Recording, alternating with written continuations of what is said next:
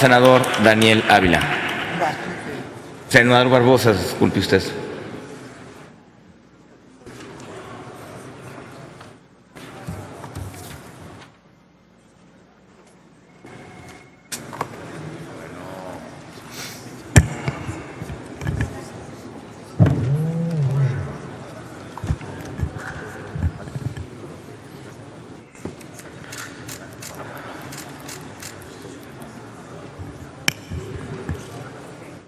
Con su permiso, senador presidente Ernesto Cordero Arroyo, senador por la Ciudad de México. Vengo con todo respeto y con toda responsabilidad a dar mi posicionamiento. Vengo como senador por el Estado libre y soberano de Yucatán. Vengo como senador electo constitucionalmente por los yucatecos para representarlos ante este Senado de la República. Vengo ante esta tribuna del Senado a ser la voz de todos los yucatecos. No vengo a difamar, no vengo a calumniar, no vengo a decir mentiras, vengo a decir verdades. Desde esta tribuna quiero reconocer a las mujeres y hombres que conforman al Ejército Mexicano por su lealtad a la patria, por su lealtad a la República.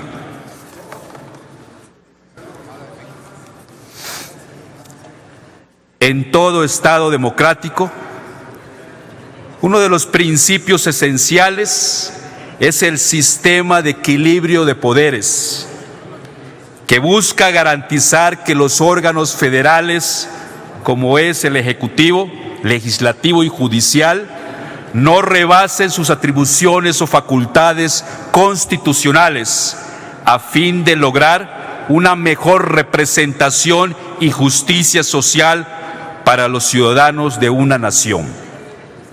En México tenemos la experiencia de haber vivido en un régimen autoritario durante más de 70 años, cuyos presidentes en turno ejercían atribuciones que sobrepasaban las facultades otorgadas por la Constitución, haciendo del ejercicio del poder público una práctica unipersonal y autoritaria a partir del uso excesivo e ilegítimo del Ejército Mexicano, mismo que cometió actos arbitrarios en contra de varios movimientos sociales para mantener el poder del régimen. Claro ejemplo de ello fue el período de la Guerra Sucia, que se caracterizó por la represión militar y política hacia dichos grupos. La matanza de 1968 en la Plaza de las Tres Culturas, en la hoy Ciudad de México, como consecuencia de una manifestación de estudiantes que luchaban por la democratización de nuestro país.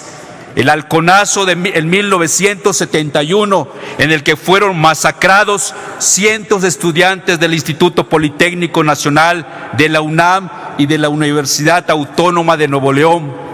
La matanza de 45 indígenas de Acteal en Chenaló, Chiapas, en 1997.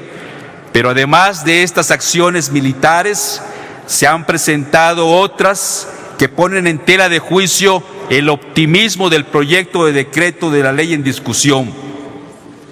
La presencia militar dentro de la sociedad civil de 2000 a 2012 se fue posesionando con el aval de la Suprema Corte de Justicia de la Nación.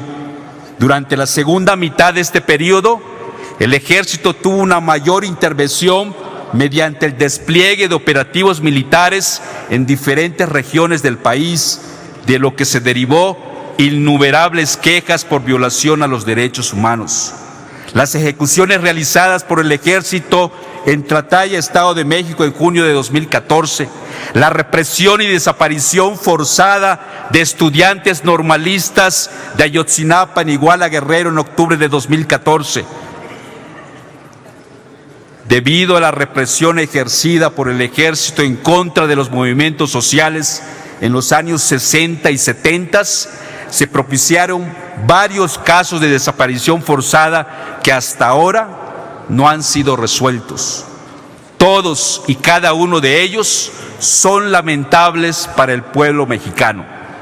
Por esa razón, debemos votar en contra del proyecto de decreto de la Ley de Seguridad Interior, porque prácticamente institucionaliza las acciones militares mencionadas y con ello se militariza México.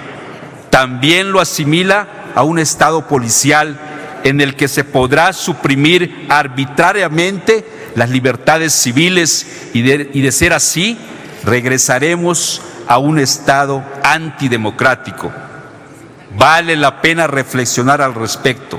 Vale la pena preguntarnos si eso es lo que queremos. Yo estoy seguro que no.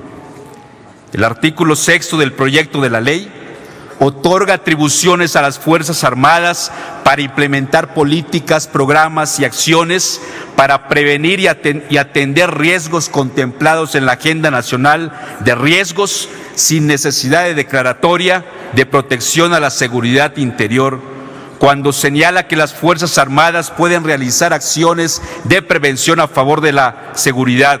No explica los mecanismos para ejercer dicha atribución. Tampoco responsabiliza a las Fuerzas Armadas en caso de realizar detenciones, cateos o ejercer violencia de manera arbitraria, y esto es muy grave. Asimismo, el artículo 7 establece que se deben preservar en todo momento los derechos humanos y sus garantías de conformidad con los protocolos emitidos por las autoridades correspondientes. Sin embargo, recordemos que las Fuerzas Armadas realizan actividades rutinarias como lo son la instalación de retenes en vías públicas y la revisión de automóviles sin orden judicial. Al respecto, la propuesta de ley resulta ambigua porque no garantiza que las acciones del Ejército resguarden los derechos humanos. Y por su parte, aunque el artículo 8 de dicho proyecto establece que las movilizaciones de protesta social o las que tengan un motivo político electoral bajo ninguna circunstancia serán consideradas como amenazas a la seguridad interior, no se determina en qué momento una movilización se torna de carácter grave, puesto que deja abierto a criterio del Ejecutivo Federal la participación de las Fuerzas Armadas. La amenaza que genera este proyecto de ley es la posibilidad de criminalizar las protestas sociales y usar la fuerza pública como forma de contener las luchas populares, violentando su derecho a manifestarse y su libertad de expresión, debido a que no se ha dimensionado la actuación del Ejército mexicano. Por su parte, el artículo 30 pretende facultar a las Fuerzas Armadas para realizar tareas de inteligencia, siempre y cuando utilicen métodos lícitos de recolección de información con pleno respeto a los derechos humanos. Sin embargo, no explica los mecanismos para realizarlo y por la propia naturaleza que conocemos del Ejército, estas atribuciones resultan riesgosas para los mexicanos. En específico, en materia de tortura, pues hemos tenido experiencias claras de ello. Por ejemplo, en 2016 se calcula que hubo más de 220 casos de tortura y más de 70 casos de desaparición forzada. El tema es tan relevante que incluso Han Harab, representante de la Oficina del Alto Comisionado de las Naciones Unidas para los Derechos Humanos en México, mostró su preocupación debido a que este proyecto de decreto no aporta soluciones reales a nuestro país para enfrentar los enormes retos en materia de seguridad. Además, violenta los derechos humanos de la sociedad. entre las razones que expone para que dicha iniciativa no se apruebe están las siguientes: ambigüedad de conceptos, papel indebido de las Fuerzas Armadas, sometimiento de la autoridad civil al mando militar, ausencia de control, indebida regulación del uso de la fuerza, indebida protección y garantía de los derechos humanos, ausencia de transparencia e inconstitucionalidad de la propuesta. Asimismo, se han pronunciado en contra de esta ley la Comisión Interamericana de Derechos Humanos, la Comisión Nacional de Derechos Humanos, varias comisiones estatales de derechos humanos, universidades como la UNAM, la Ibero y la Universidad de Guadalajara y, por supuesto, la sociedad civil. Sin embargo, me resulta sorprendente que, aunque expertos en la materia, académicos y millones de mexicanos estamos expresando nuestro rechazo a esta propuesta de ley, que no haya la sensibilidad política y menos el compromiso social por parte del PRI y de todos aquellos políticos quienes los apoyan en esta propuesta que atenta contra la consolidación de nuestra democracia y de los derechos humanos. Pero lo peor es que esta propuesta de ley fortalece más al presidencialismo que tanto daño ha hecho a nuestro país.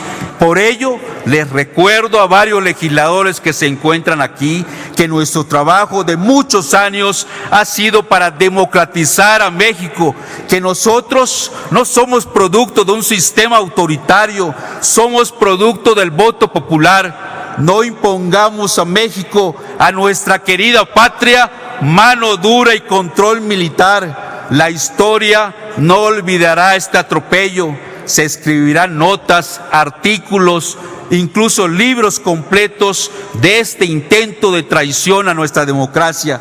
La historia será la encargada. Mi voto será en contra de este dictamen con proyecto de decreto que expide la Ley de Seguridad Interior, porque fomenta la arbitrariedad e impunidad.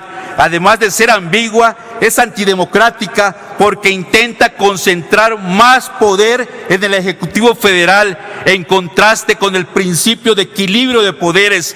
Además, impulsa el autoritarismo en México, lo que representa un retroceso para nuestro país y un atentado contra los derechos humanos. Cuando se fortalece un régimen autoritario, es segura la transgresión a los derechos humanos del pueblo y un retroceso social. Por ello, pido a todos ustedes, compañeros legisladores, no aprobar este dictamen. Los mexicanos se los van a demandar. Por su atención, muchas gracias.